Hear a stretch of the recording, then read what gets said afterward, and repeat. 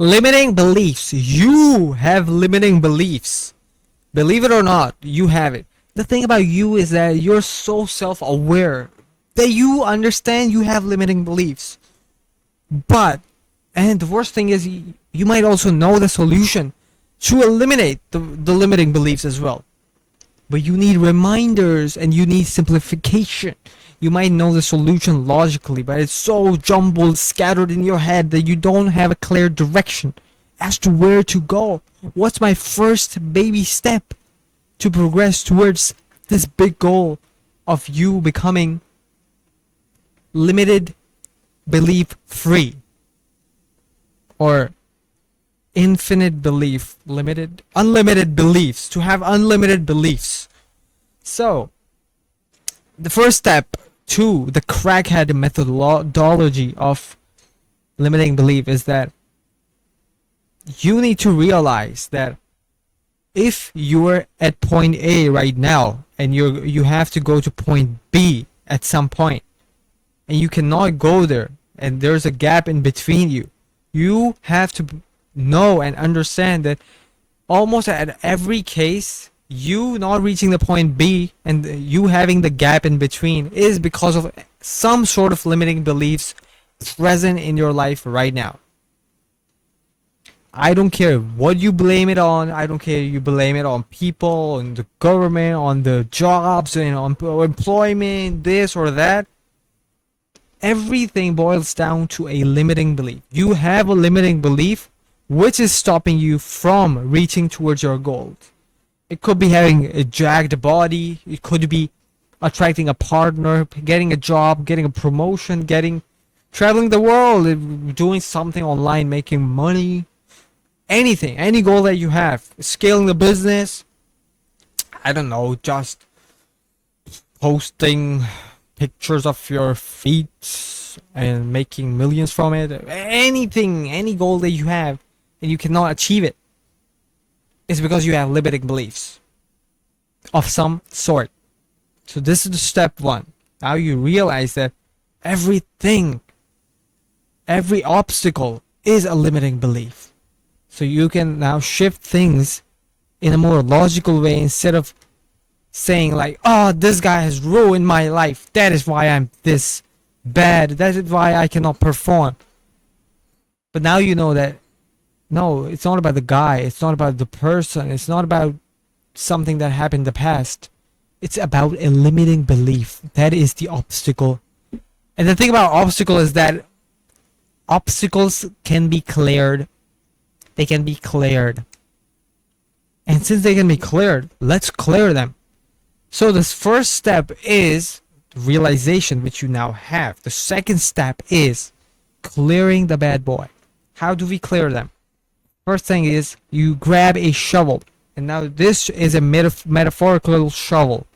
What I mean by that is realizing the root cause of limiting beliefs. And usually, I've noticed the limiting beliefs are so damn simple, and we are the causes of it.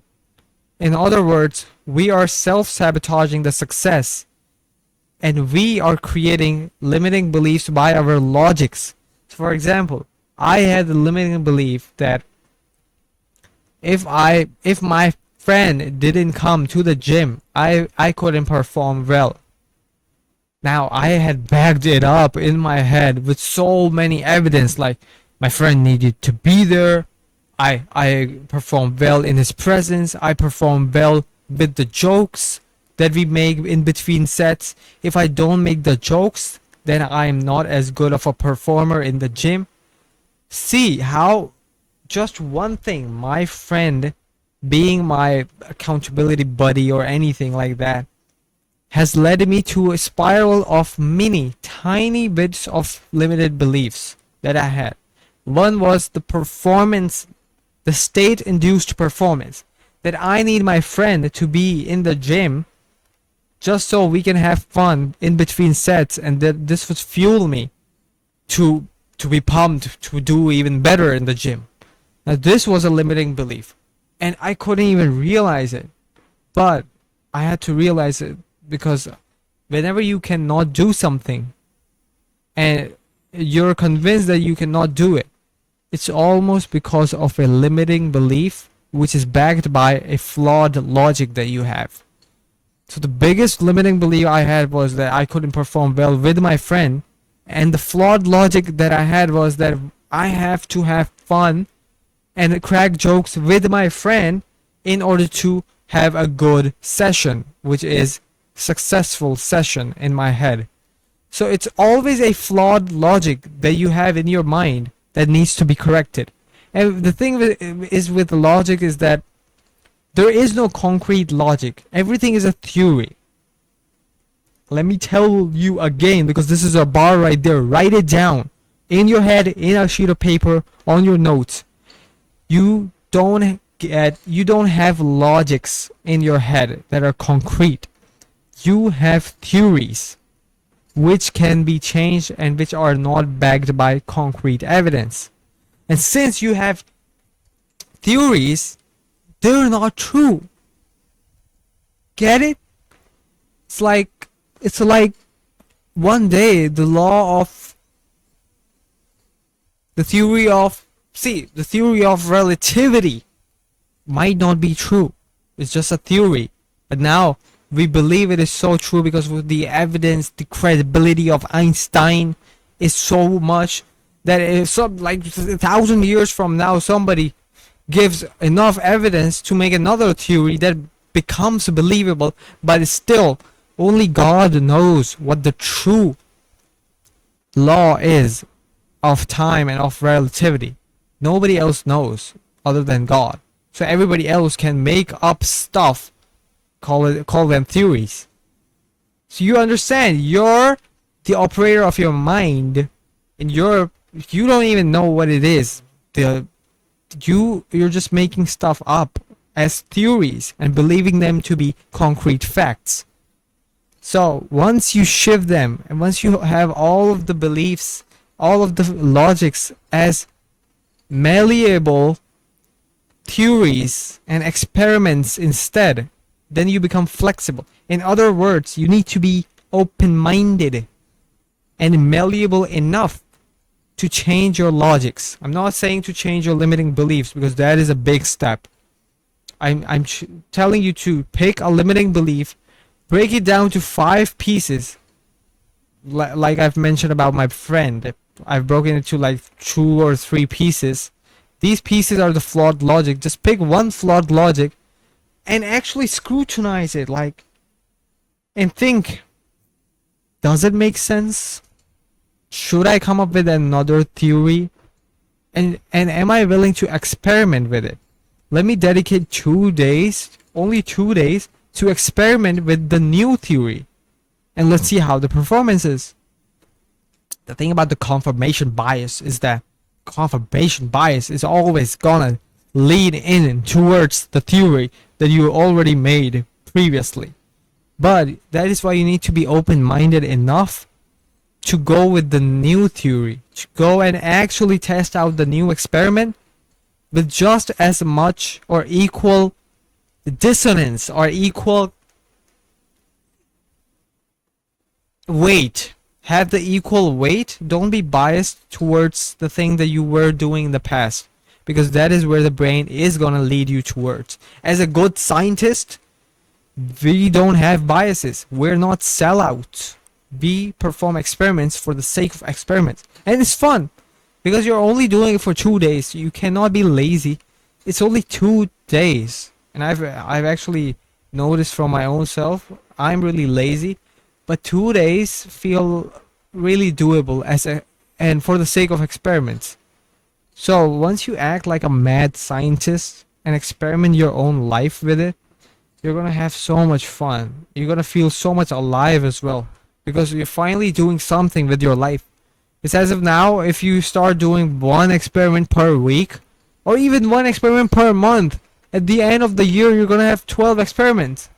And if you do 2 experiments per month, which is like 1 experiment per 2 weeks, you're gonna have 24 experiments in a year.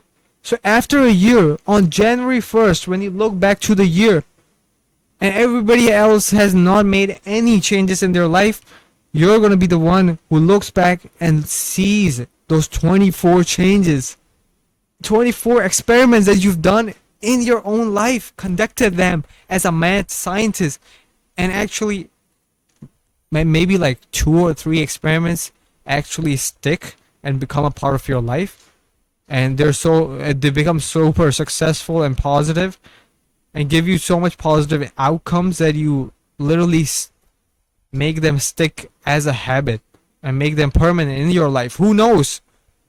But if not, you're gonna have so much fun. You're gonna experiment so many things in just 1 year, and you're gonna talk to people, and you're gonna be the most interesting person, because you've actually played and tweaked with your life, while everybody else is an NPC doing nothing with their life. Nothing, absolutely nothing. I like how this video started as how to eliminate your limiting beliefs and ended up with become a mad scientist in your own life. Even though these could be separate videos for separate videos, yeah. Does it even make sense? Coming back to the limiting belief topic. Now you know the logics can be malleable enough to become theories which you can experiment.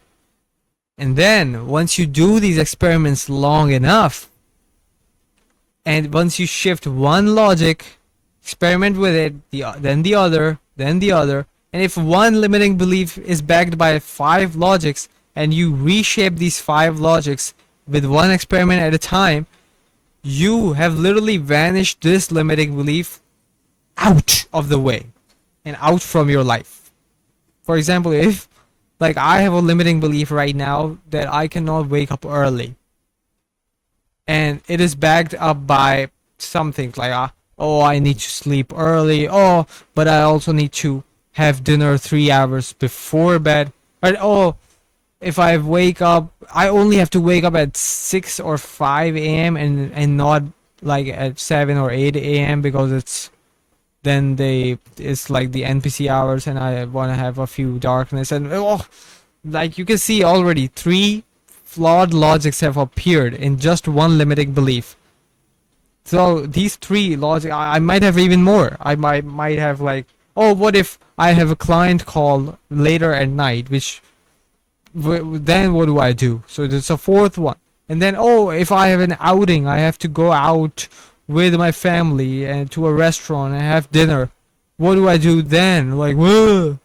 These are 5 flawed logics, and what can I do right now?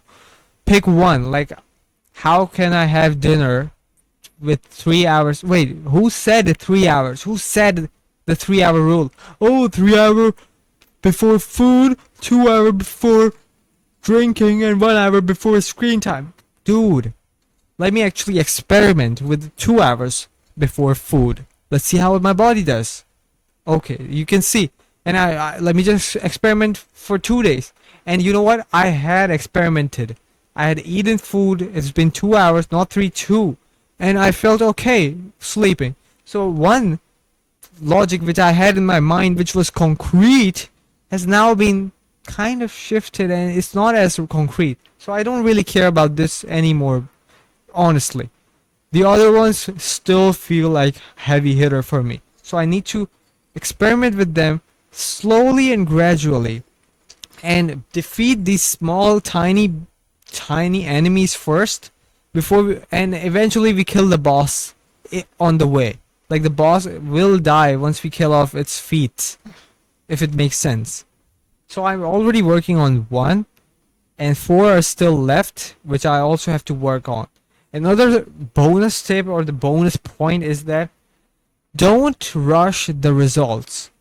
Many a times, us not reaching towards our goals because of limiting beliefs and the flawed logic is because we are so focused on the quick results.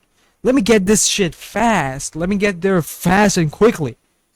Oh, people at my age are making so much money. Like, I need to go there fast. But you have so many limiting beliefs that, yes, sure, if you can drop all of these limiting beliefs in a day, do you have the potential for it? Like, I know myself.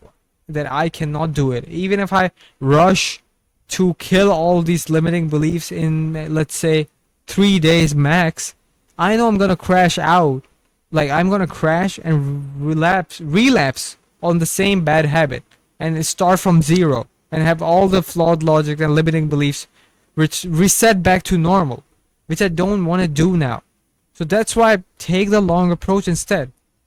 Actually sit and tell yourself, okay, my life cannot be fixed in 1 week, although it can, but knowing me, knowing my past, knowing how hard it is for me to change, okay, let me give myself 4 months.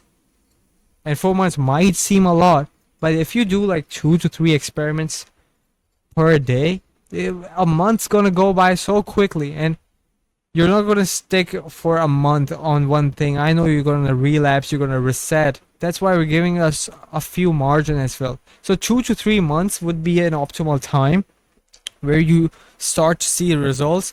But the thing is, you not reaching your goals is a product of so many limiting beliefs with a bazillion flawed logics that you have from your childhood, extracted from society, from your parents, from your friends, from the trends you're following, internet and everything like that. That for some of you and even me, it might take a year, 2 years, and that's fine. That's fine.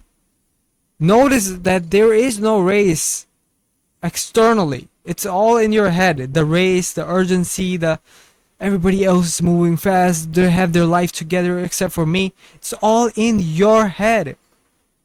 Maybe in some other people's head as well. But if you accept that, okay, this might take time, like gym takes time, and I've realized and accepted it's gonna take me 2 years, and I was so quick to accept that. But accepting that I will become a millionaire in maybe 5 years or 6 years, that feels impossible. Like, oh no, I need to get it now or in a year. Hopefully I made things clear. In summary, you not reaching your goal and having a gap between is because of a limiting belief, and a limiting belief comprises of flawed logics. If you're becoming malleable, you become open-minded and use the flawed logics instead of concrete evidence. You use them as theories or experiments which you conduct for 2 to 3 days. You can finally defeat one by one these flawed logics, which will defeat one limiting beliefs, and chances are you have more than one, more than 10 potentially limiting beliefs. And once you cut them off one by one, no, you're also gonna have fun with your life because you're experimenting, changing, and having fun. And the second thing is you're growing as a person. People will start to notice once you shift almost like 3 or 4 limiting beliefs. People start to notice it. And the third is that you are finally progressing. You're gaining the confidence from it, and you know that it's a long game. So you're in it for the long game, so you eventually make it as well. So this is the entire process, and you can see how I'm becoming jacked slowly. I've only started for 2 months almost, but two years more to go to become fully jacked, and I accept it. You should too, baby. Boom! See you in the next video. Binge watch my shit, and always, I love you so hard.